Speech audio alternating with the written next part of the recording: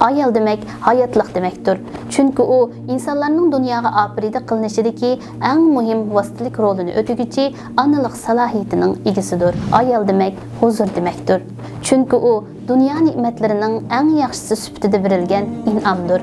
Ayol demek istiqbal demektir. Çünkü o kelgüsünün kurgucuları bulunduğun evlatlarını yetiştirgücü, milletinin kelgüsünü berpa kılgıcılardır. Ayol demek insanların en güzel makani, aile, hayatlık sahnesi, cemiyet demektir.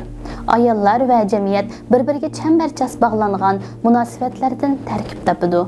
Ayolsuz cemiyet, cemiyetsiz ayol bolmaydı. Biz davatgan cemiyetinin 20 ayollardan, kalgan 20 erlerden tüzüldü desek, erlerini yetiştirip Katarga koşuduğunu yeni cemiyetinin kalgan 20'ni tüzeydiğen yoki buzuduğan yeni şu ayollar buludu. Bu ma'nodan aytganda bir cemiyetinin buzuluşu yoki tüzülüşü köpünçe ayollarga bağlıq bulup kalıdı. Ama hazır biz toxtalmakçı bolgan bu cemiyetinin ayollarga qandaq qaraydiganligini tahlil qilib baksak, İslam ümmeti, xususan Uyghur halkı buluş süptimiz bilen ayollarga cemiyetinin qandaq orun bergenlikini bilaleymiz. Bugünkü söhbetimizde biz yaşavatgan bu cemiyet ayollarga tegishlik ornunu berdimi yoki din namı bilen ayollarni cemiyetke töhfe qoşuşdan tosup qaldımı ve yoki ayollarning cemiyetdeki rolunu bütünley unutup ketganmi degan noktalar hakkında kıskaça toxtalamiz.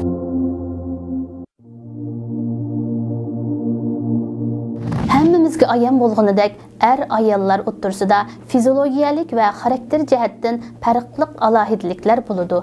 Şu əcidin İslamda ayollarının cemiyetdeki o'rni aniq belgilangan bo'lib, erlarga munosib ishlarni qilishga, ayollar o'zining nozuklugi, chaqqan, inchiklikligi bilan ayollarga xos sohalarda xizmat qilishga tashabbus qilingan. Buning tipik misoli ayollarning bola tarbiyasiga bakrak ko'ngil bo'lishida, erlarning kelgusining parlaq yulduzlari bo'lgan shu avlodlarning kelajagi uchun kuch chiqarishida alohida ifodalanadi. Abduqodir Jaloliddin ham analık salahiyetinin muhimliğini ta'kidlab mundaq deydi.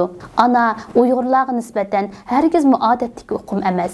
Ana Uyg'urlar uchun barliq kelib chiqishning simvoli. Uyg'urlarning nazarida dunyodagi hamma narsa anadan apriydi bo'ladi va anaga bog'langan holda yashaydi. Oxiri yana anaga qaytadi.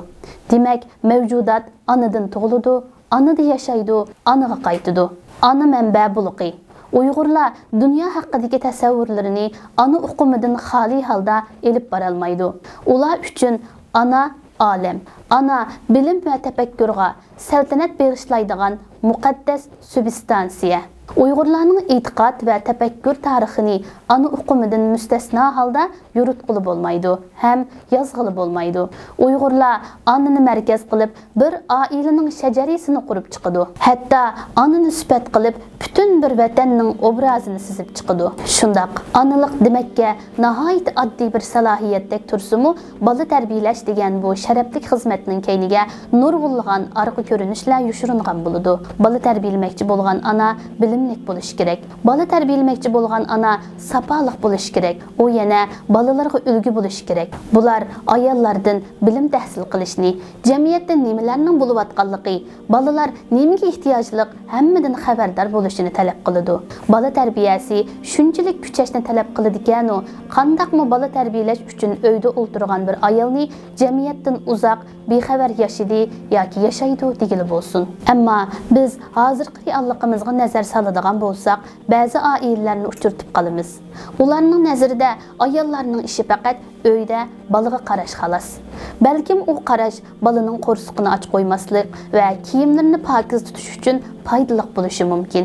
Ammo ayollarning balaga qarashidan bo'lgan haqiqiy maqsad hargizmi uning bilan hosil bo'lmaydi, albatta. Ko'rayotganimizdek, dunyo uchqandek taraqqiy qilyapti. Biz bugun balalarning qo'rsiqini to'yg'izib qo'ysak, odam bo'lib qoladigan zamondan allburun o'tib ketdik. Hozir jamiyatga töhfa qo'shadigan yoki u jamiyatning dashqili bo'lib qoladigan balalarni tarbiyalash yana shu ayollarga qarashliq bo'lib qoldi. Albatta, erlarning rolini chetga qoqmaymiz. Bugungi temamiz ayollar haqida bo'lg'achqa diqqatimizni bakrak ayollarga markazlashtiramiz. Ayollarning jamiyatga töhfa qo'shishi va jamiyatdagi rolining muhimligi jamiyatning muhim partisi bo'lgan oilasini qurgandan keyin rasmiy boshlanadi. Ammo bu kichik jamiyat qurulg'uchi bo'lgan oraliqda qiz ayollar shu jamiyatni dinga va millatga to'hbikor qilish uchun qanday tayyorliklarni qilish kerak? Oldi bilan ilohiy buyruq bo'lgan o'qu ruhiga asosan bilim tahsil qilish kerak. Ayollar bilimlik bo'lganda o'z oilasiga, jamiyatga, hatto bir davlatga ta'sir qila oladi. Seljuqiylar o'rdisiga Qaraxonlar o'rdisidan kelin bo'lib kirgan Turkan xotunmu bilimi va aql farosati bilan eri Sultan Malikshahga kuchli ta'sir ko'rsatgan va hokimiyat ishlariga aktiv qatnashib, davlat siyosatiga ta'sir ko'rsatgan edi. Qiz ayollarning bilim tahsil qilishi qandaqdir pul tepish, keyingi turmushini kapolatga ega qilish uchun emas, balki ummat va millatga vakillik qiladigan parlaq kelgusini qurib chiqa oladigan qiz o'g'il farzandlarni tarbiyalash uchun bo'lishi kerak. Ammo bu deganimiz qiz ayollar iqtisodiy qimmat yaratsa bo'lmaydi va yoki jamiyatga har sohadagi bo'shliqlarni to'ldirish uchun o'zini taraqqiy qildirib, o'z qobiliyatini joriy qildirsa bo'lmaydi deganlik emas. Qanchalik iqtisodiy qimmat yaratsin yoki farqli sohalarda utuq qozonib, yuqori pallalarga o'rlisunki, u kelgusining kapolati farzandlarga ko'ngil bo'lmaslik, onalikdan iborat ayol kishi uchun eng muqaddas sharaf bo'lgan bu salohiyatni unutib ketishi badaliga bo'lsa, u iqtisodiy qimmatning foydasidan ziynashib ketadi. Bugungi Uyg'ur jamiyatidagi xonim qizlarimizga qarag'animizda, ularning ilm tahsil qilishga bo'lgan ishtiyoqining kunsiri ojizlab ketayotganligini ham ko'rib turvatimiz. Azroq qiyinchiliklar sababidan o'ttir yo'lda qolgan o'qishlar, to'y qilgandan keyin tashlab etilgan maktablar, birini tuqqandan keyin tugab ketayotgan o'rlab o'qish qizg'inligi, eng echinishliqi bo'lsa, hayot hamrohi uchun ilm tahsil qilgan, o'zini yaxshi taraqqiy qildirgan bir o'rniga iqtisodiy sharoit yaxshi nomzodlarni oldin tanlashiga o'xshash ahvollar bularni isbotlab beryotidi. Amaliyotda bu masalaning kelib chiqishida shu qiz ayollarning ota-ona qarindoshlari, urug' tuqqan do'st birodarlarining, shundaqla yashayotgan jamiyatimiz atmosferasining ham to'hpisi bor. Chunki bir qizning ilm tahsil qilishi uchun ota-onasining uni qo'llashi, o'qitishi kerak bo'lsa, bir ayolning o'qishini davom qilishi uchun yo'ldoshining uningga ham har tarafdan hamkorlashishi, o'qishiga fursat yaratib berishi kerak bo'ladi. O'xshashla yaqin yo'riq do'stlarining ham uningga madad berishi, o'qishni davomlashtirish uchun ilhom berishi, ilm ma'rifatning bir ayol uchun qanchalik muhimligini eslatib turishiga to'g'ri keldi. Yashayotgan jamiyatning bo'lsa, hamma birdek ilmga, ilm o'rgatguchi, o'rganguchilarga ko'ngil bo'lishi, ilmning qadrini qilishi, ota-onalarning qizlarini yotliq qilish, o'g'illarini o'ylashda qarshi tarafga ilmlik bo'lish shartlarini qo'yishi, o'xshash ishlarda birdeklik bo'lganda, ondan haqiqiy ma'nosi bilan jamiyatda ilm elish qizg'inligi yaratiladi. Musulmon bo'lish sifatimiz bilan ummat deb atalgan cho'ng jamiyatga yaramliq farzandlarni tarbiyalab chiqish bu jamiyatga qo'shadigan eng cho'ng to'hpimizdan biri bo'lishi kerak. Realligimizga nazar solsak, G'arbning ta'tir tashviqoti, ayollar barobarligini targ'ib qiladigan firqalar ayollarning iqtisodiy qimmat yaratishini kuchab targ'ib qiladi va ular musulmon ayollarning uyida bolaga qarashdek muhim vazifasini xunuklashtirib, boshqalarning kallasini qaymoqtirib.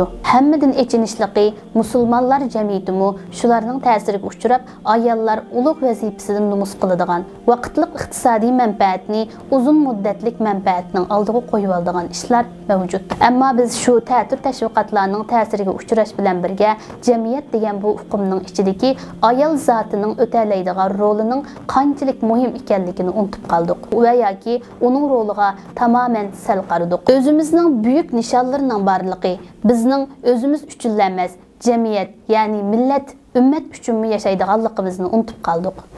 Ayollar barobarligini targ'ib qildiganlarning nishonining bu dunyolik ekanligi, bizning g'oyamizning bo'lsa ikki dunyolik ekanligini unutib qoldik.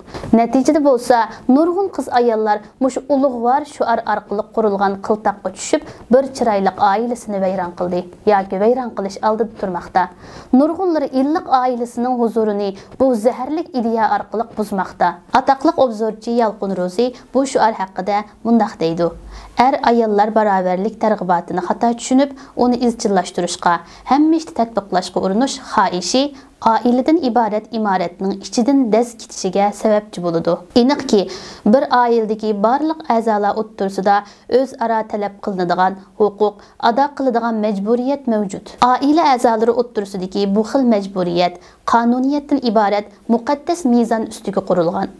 Qonun bilan qonuniyat o'ttirsidagi munosabatda avval qonuniyatning mezoniga bo'ysunish kerak. Har qanday oilada bu xil qonuniyat engi ojizlab, qonun engi kuchayib ketadigan, undaq oila raqobatlashayotgan raqiblar soruniga aylanib qoladi. Ayollar o'zini taraqqiy qildirishi, bolalarining yaramliq odam bo'lishi uchun kecha kunduz boshqa turish kerak. Sirtlarda ig'ir ishlarni qilish, ayollar birga ishlaydigan har xil o'rinlarda xizmat qilish, ishlab oilani qamdashga yordamlashishni, iqtisodiy qimmatni ayollarning yaratishini kutish oila beshi bo'lmuş erlarga nisbatan xijil bo'lishqa. Texmi qattiqroq qilib aytsak, ularni lamzallilikka boshlaydigan. Shundaqla ayollarning mas'uliyatini va besimini texmi oshirib, ularning asli muhim vazifasini yaxshi ado qila olmaslikka sabab bo'lmamdi. Albatta buni destek qilib, ayollarni uyga band qilish na dinimizning, na urf-odatimizning chaqiriq emas. Ayollar jamiyatga har jihatdan tuhfa qo'sha oladi. Har qaysi sohalarda o'zini ifodalay oladi.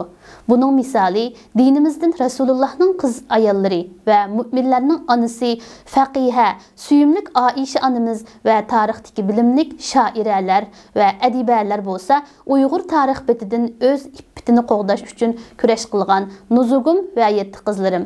Mustaqillik ko'rishida doktorlik vazifasini jon dili bilan ado qilgan xonim qizlarimizdir. Mana shular o'zining jangovarlik ruhi bilan tarixlarda o'chmas izlarni qoldirib, bugungi qizlarimizga o'rnak bo'lib, hozirgacha o'chmas nomi bilan yodlanib kelyotdi. Shundaq qiz ayollar har qanday bir ishni qilishdan burun uning o'zi yashayotgan jamiyatga qanchalik foyda yoki ziyon elib keladiganligini dangsab biqib, o'zining farzandlarining kelgusi uchun manfaatlik bo'ladigan ishlarga alohida ahamiyat berishi, kichik ishlarni sal qarmasdan izchil o'zini taraqqiy qildirishi, butun jamiyatni tuzaydigan ulgulik namunalardan bo'lishga tirishish kerak. Alloh taolo aramizdan jamiyatimizni isloh qilishga muhim rol o'ynay oladigan, kelgusining rahbarlarini yetishtirib chiqib, xalqimizga eng qimmatli hadiyalarni suna oladigan qobiliyatli xonim qizlarni ko'plab chiqarib bersin.